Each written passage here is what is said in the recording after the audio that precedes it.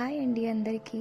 ఈ వీడియోలో కేశరును తొలగించే చుండ్రు తగ్గించే హోమ్మేడ్ షాంపూ తయారీ చూపిస్తున్నాను. మొదటిగా అన్ని కేశవర్ధక ద్రవ్యాలు నీటిలో రాత్రిపూట నానబెట్టాను.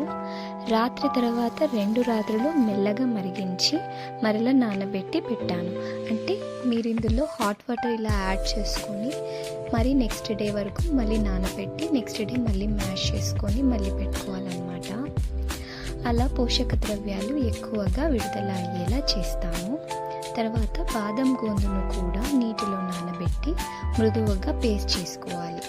వీటిని నైట్ నానబెట్టిన తర్వాత నెక్స్ట్ డే ఇలా తయారవుతుంది. దీన్ని మనము మంచిగా సాఫ్ట్ అయ్యేలాగా పేస్ట్ చేసుకోవాలన్నమాట.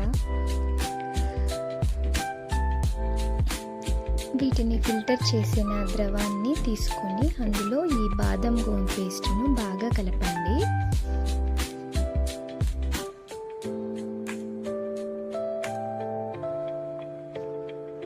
మీ దగ్గర ఒకవేళ బీటర్ ఉంది అంటే బీటర్ సహాయంతో మీరు చేసుకోండి, లేదు అంటే మిక్సీకి కూడా వేసుకోవచ్చు.